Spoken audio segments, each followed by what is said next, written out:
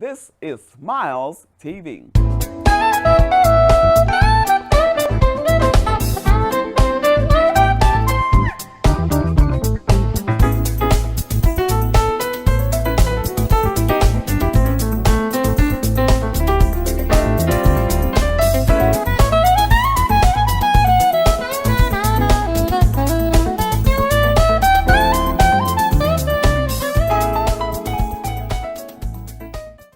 Welcome to Smiles Television Talk Show. I'm your host, Stephanie Anthony Miles, and thank you for tuning in to another broadcast.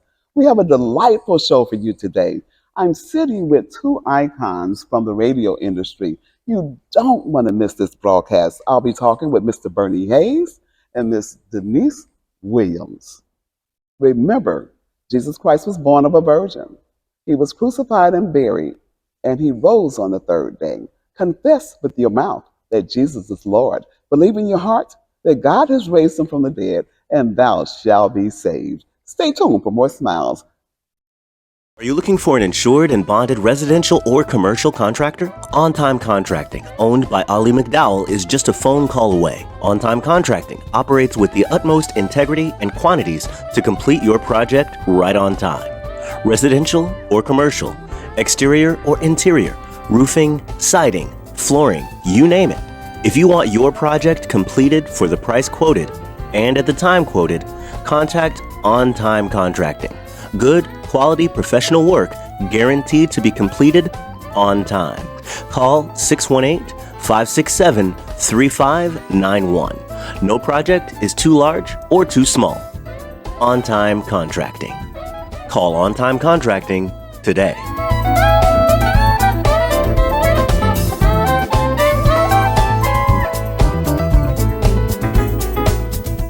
Hi, I'm your lady, Edie B., and I want to congratulate my sister, Denise Williams, on her induction into the National Black Radio Hall of Fame. You know, her category, the Talented Sisters of Radio, fits her just perfectly. She juggled two different categories in radio back in the day. She was news director and an on-air personality. And her show, The Ballad and the Beat of Love, was a late-night ballad-driven kind of show, the likes of which later became known as The Quiet Storm. So she definitely had it going on, yeah.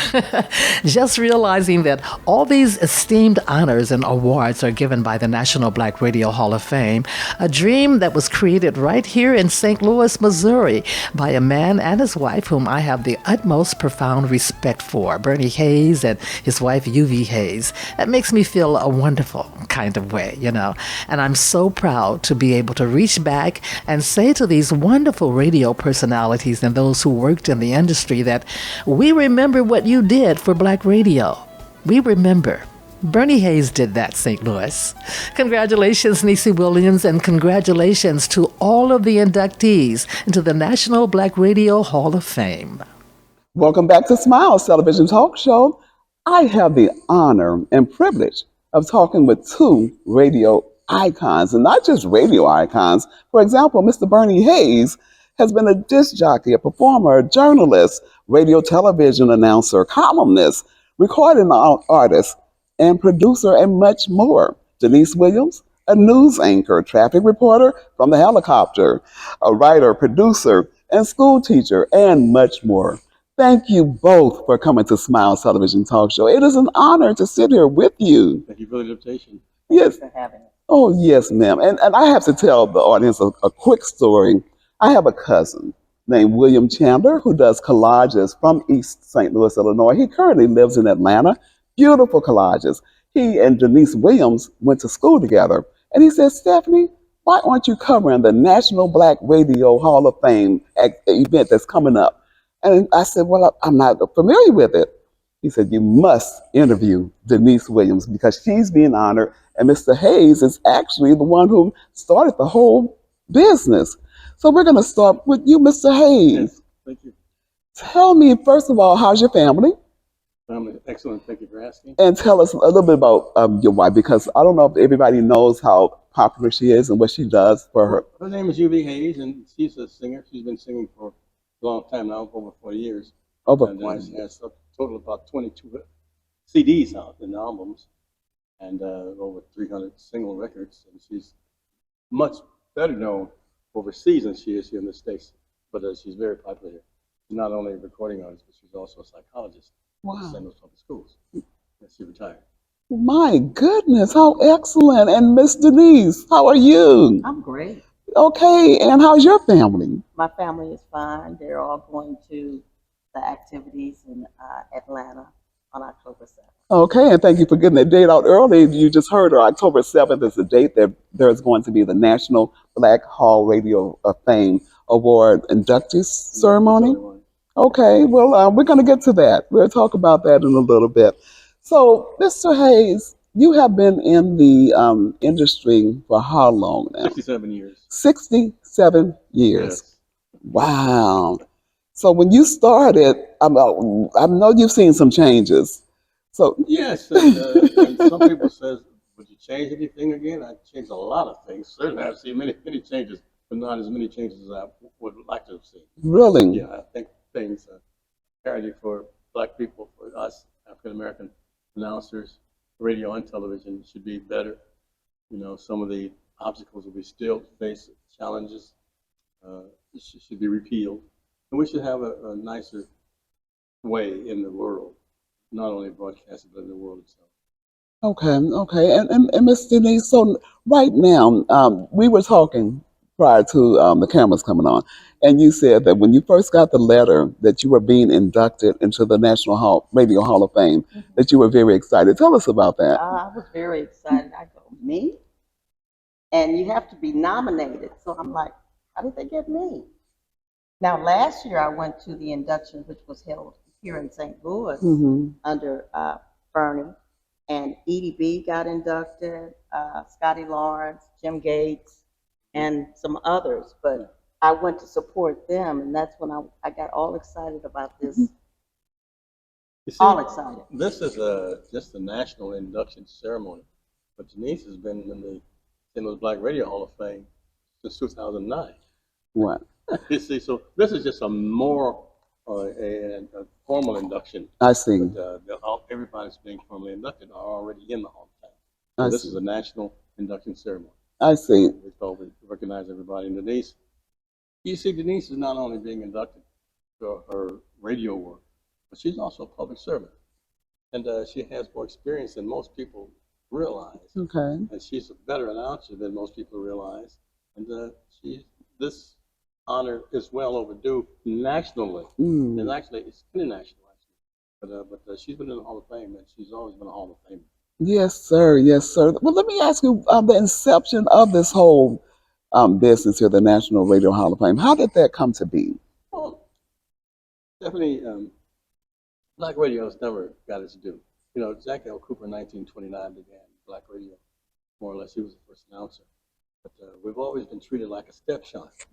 All the wonderful things, all the wonderful contributions we've done to the industry are not recognized. So I'm not saying they took us out of the book.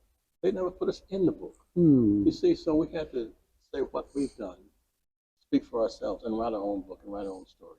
And this is the premise of the National Black Radio Hall of Fame. Let people know what we did. And we're very proud of what we did, and it's quite a bit. Okay. Denise, how did you get into the radio industry? Well, I went to school at SIU Carbondale, and I was always wanted to be a teacher from the time I was a little kid. And when I got to high school, and I started listening to this radio stuff on KATZ, and I heard Bernie and Jim Gates and Doug Easton and all these guys, Al Waples, I fell in love with it. And I'd have my little transistor radio going down the hallways of Lincoln High School, just listening to the music 24 all day long. I loved it. I just fell in love with it. And then I decided, you know, watching the news with everything that was going on back in the 60s with our race, I wanted to be a news announcer. So that was my dream. Wow. And you told me that Mr. Hayes was one of the ones who gave you your first opportunities. He gave me my very first job at a radio station here in St. Louis, KKSS. I was a weekend news anchor. And a friend, I should say my brother-in-law, called Bernie, who he knew. And Bernie pulled me in, and I thank him to the day. I wouldn't be in this business had it not been for him giving me my start. Wow. See, Stephanie, Denise was a natural talent.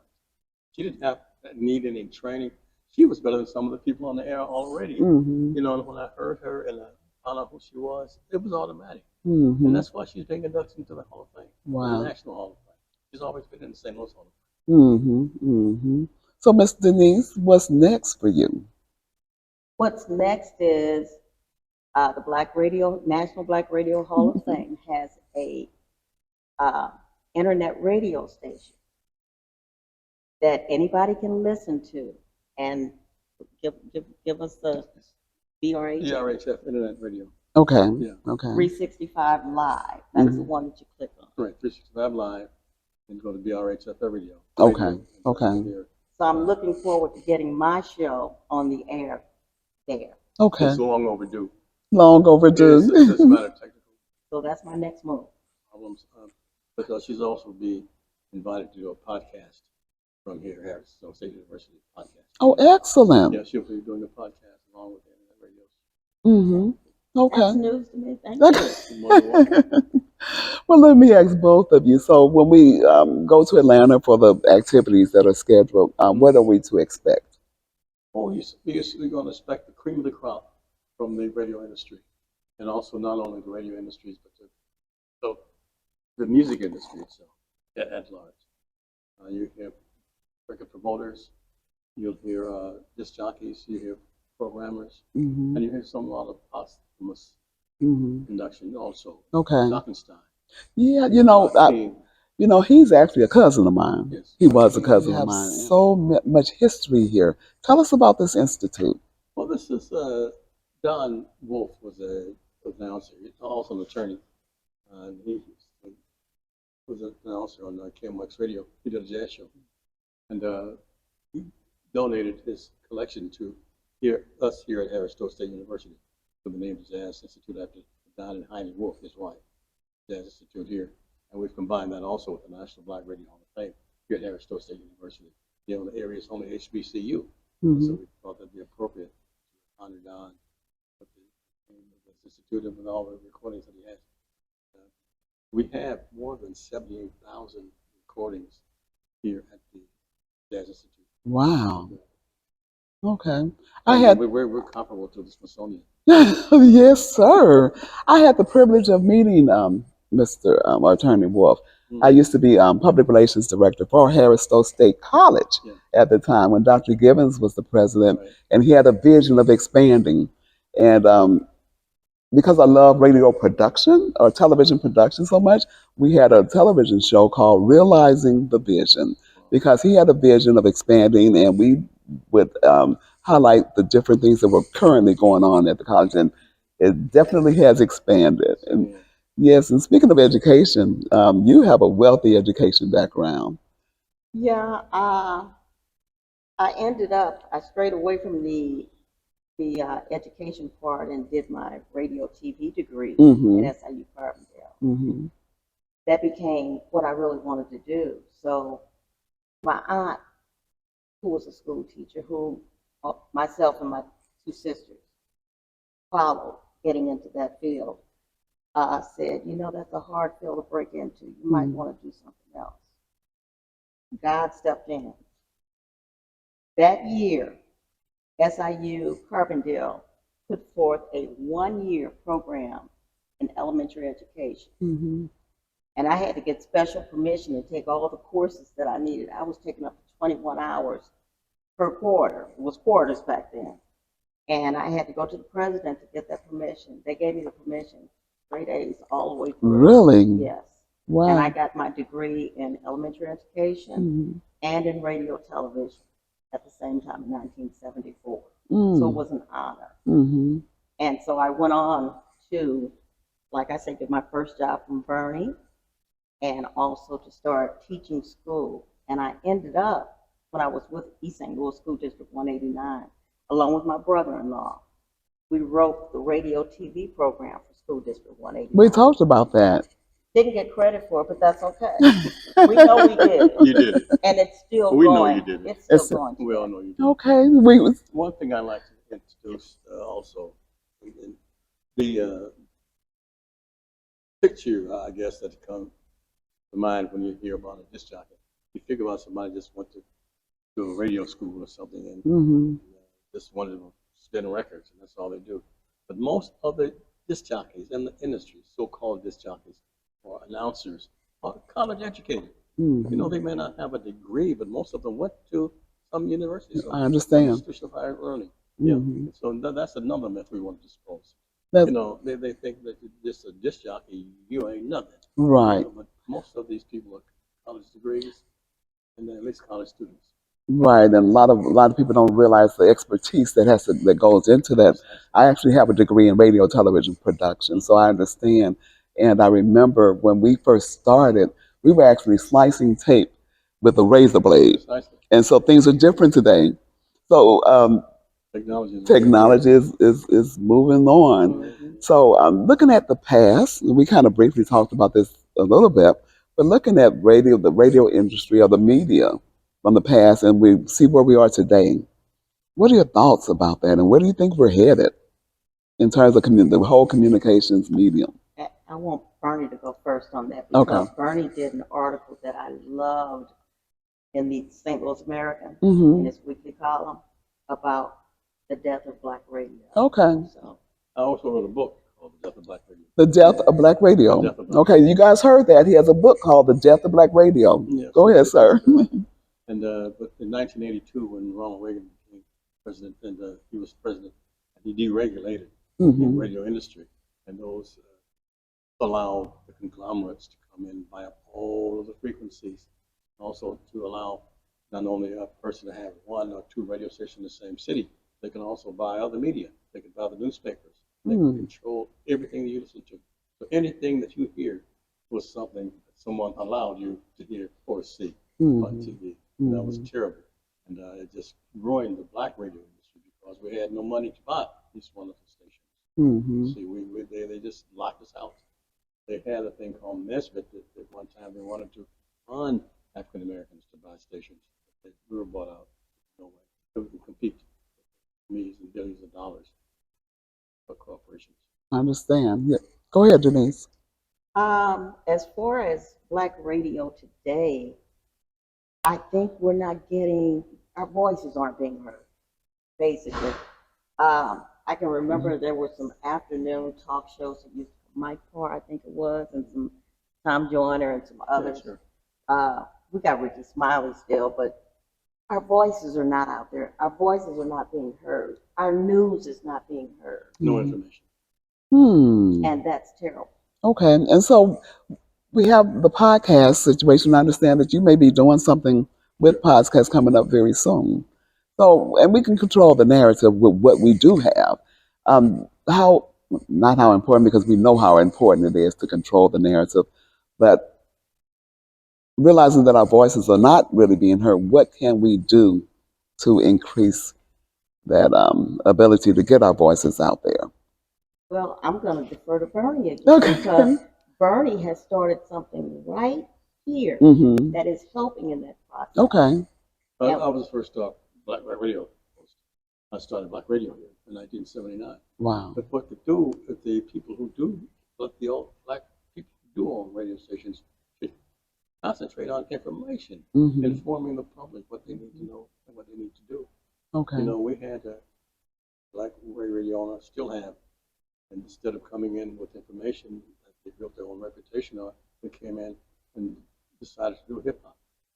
You know, they just want to keep us boogieing, dancing, but nothing, no knowledge. Nothing of substance. Right. Right. And I think that's entirely, I think it's criminal. Mm. But anyway, but I do think that the future, in my opinion, in black radio is none until we get able to purchase our own stations and facilities.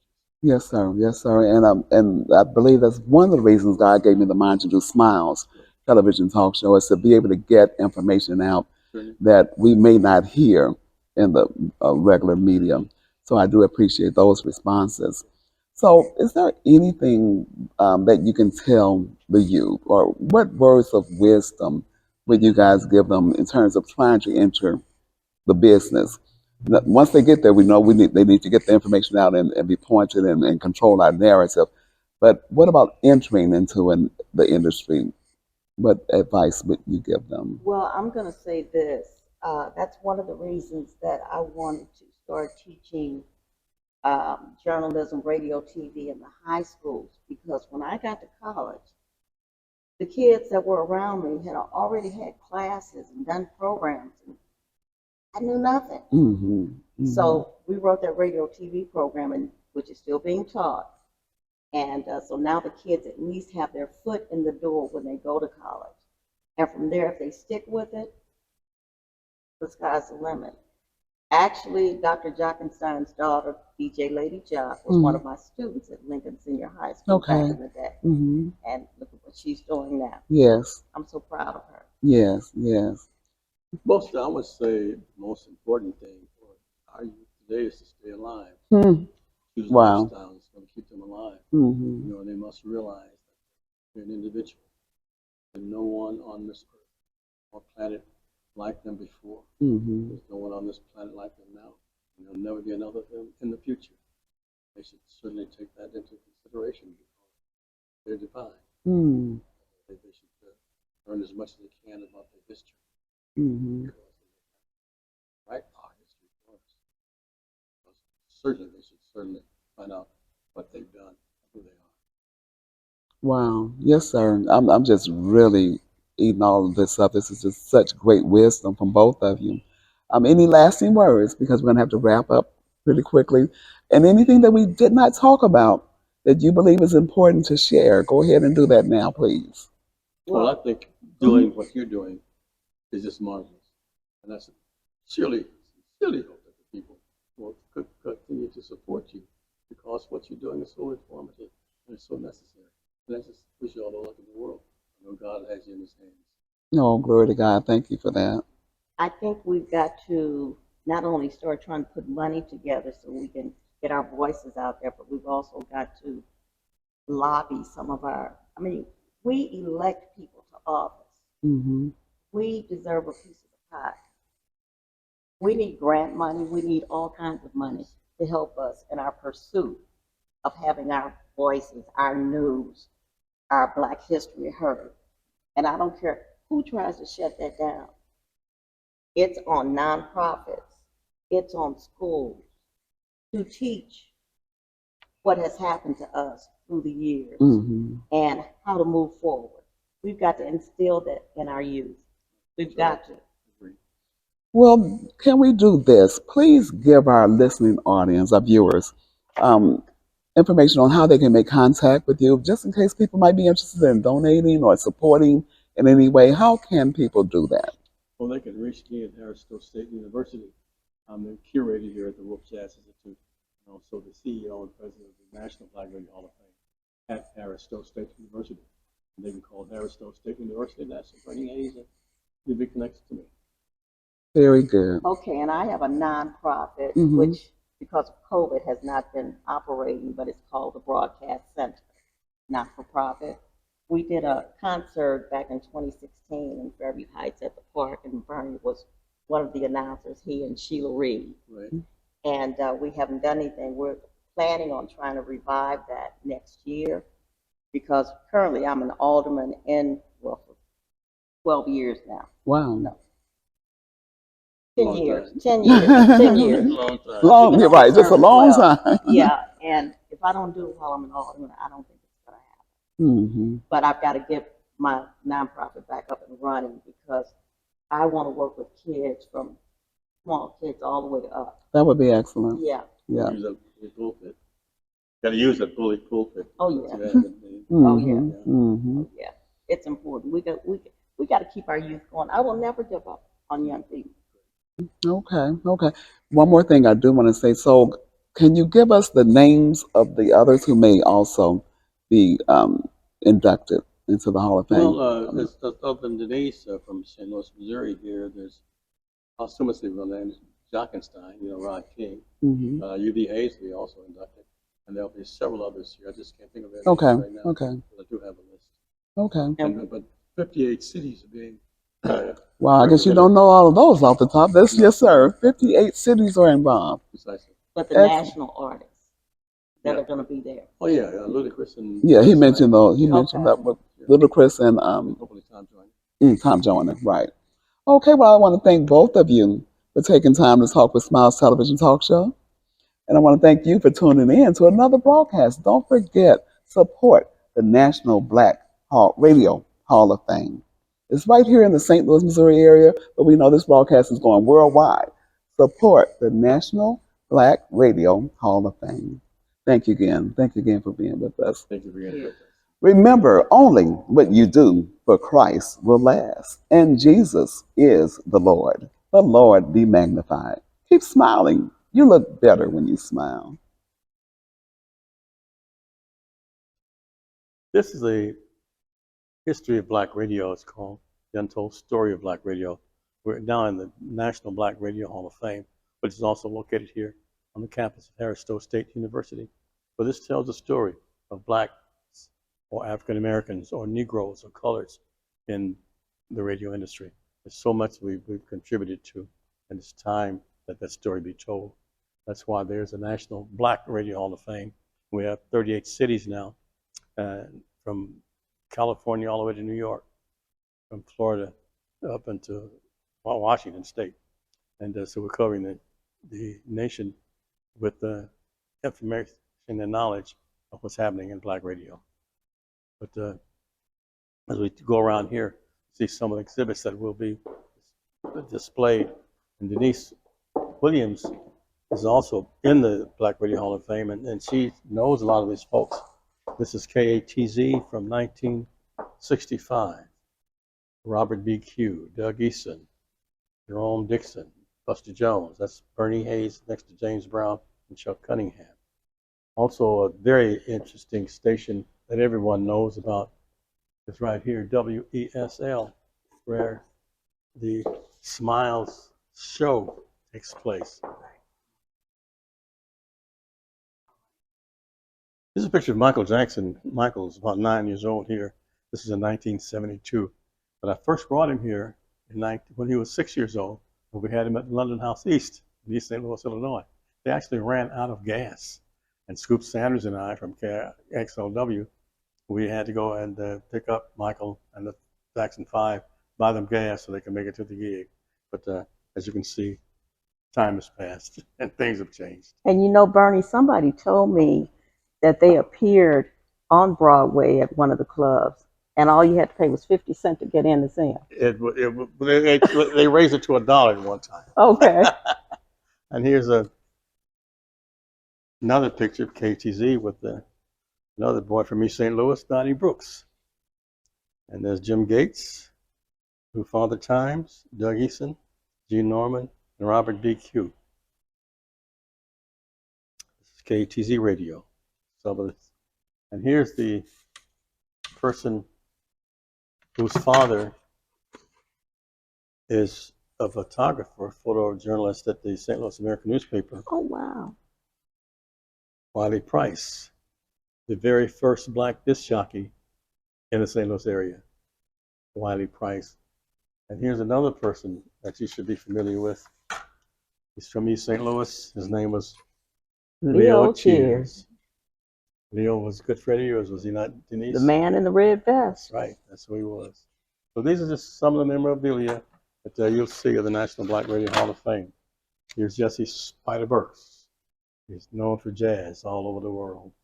And he used to put on a great show. Yes. And he was a KTZ and KXLW and KSTL. Yeah. We'll have much more, many, many more artifacts and displays and exhibits. Bernie, you didn't mention when we were doing the interview about you having done a TV show, you and Jim Gates. Yes, you did 2 shows, didn't you? Yeah, we did the Black Circle Hour, and we also did the Soul Brotherhood, Jim Gates and Jim and Bernie's Soul Brotherhood, which incidentally we'll be reviving this coming year, probably in October, November. We're going to do the Black Circle Hour and Soul Brotherhood combined again, and have some of the same people who we had on the original show, like in 1970, 71, 72, come back and do the dance, even if they're on crutches. Pre-Soul Train days. Yeah. Don Cornelius was a good friend, and he took our concept and did it in Chicago. I was actually an artist on Soul Train at one time. Okay. Yeah, I performed Cool Strut and another couple of records on the Soul Train at one time. And didn't you do a song that was a tribute to the black woman? Tribute to Black Woman, yes. That was the Stax. And it hit #1 in Kansas City, but it was popular all over the country. Some of this. And the Cool Strut, they did a commercial on that last year, a national commercial. I think it was Heineken's did a commercial on Cool Strut. Did you get residuals? I did. Ah, yeah. That's what I'm talking about. And it's important that the people who are into the building business now know about the publishing company and the business end of the company. Just can't be a recording artist and not get some payment and know how the business works. That's what it's called, music business. Right. And that's what everyone should know. I thank Stephanie for allowing me to do this for her today. And thank you, Denise, for accompanying me. And congratulations again on your induction. Thank to the you. National Black Radio Hall of Fame. And Bernie, thank you for all that you do for as long as you have done it and are continuing to do. You're so kind. You're awesome. Thank you so much, Denise. Thank you. Thank each one of you for your review. Thank you. When you visit Big Mama's in East St. Louis, Illinois, located at 5900 St. Clair Avenue, you will need a fork and a bib. Big Mama's is known for their barbecue, cakes, excellent service, and giving back to the community. Call in, eat in, drive through, carry out, order for your office. You can call Big Mama's at 618-398-8950 or visit 5900 St. Clair Avenue in East St. Louis, Illinois.